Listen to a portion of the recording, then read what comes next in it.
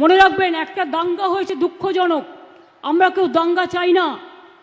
দুটো ওয়ার্ডে ধুলিয়ানে দুটো ওয়ার্ডে হয়েছে, সেটাও বহিরাগতরা কিছু লোককে স্থানীয় সাথে নিয়ে কিভাবে করেছে সে চক্রান্ত ফাঁস আমরা করে দেব। কিন্তু মারা গেছেন যারা, তাদের পরিবারকে আমি কথা দিয়েছি 10 লাখ টাকা করে দেব।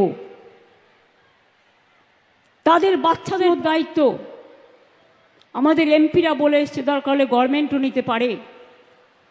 তাদের বাড়ি যাদের ভেঙে গেছে, বাংলার বাড়ি হবে। দোকানদারদের ক্ষতি হয়েছে সেটা আমরা সার্ভে করছি। আমি মে মাসের ফার্স্ট উইকে যাব, আমি তখন গিয়ে বাদবাকিটা দেখে করে দিয়ে আসব। এইটুকু ভরসা আপনারা করতে পারেন, এইটুকু আপনারা নিশ্চিন্ত থাকতে পারেন।